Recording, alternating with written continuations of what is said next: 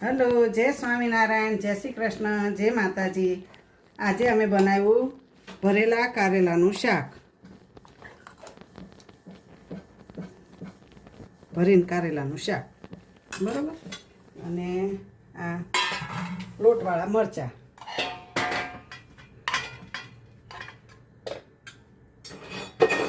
આ રોટલી.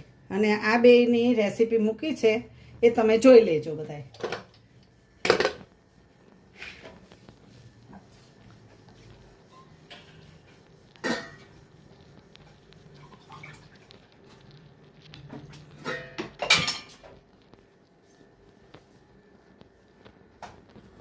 હે મહારાજ સ્વામી.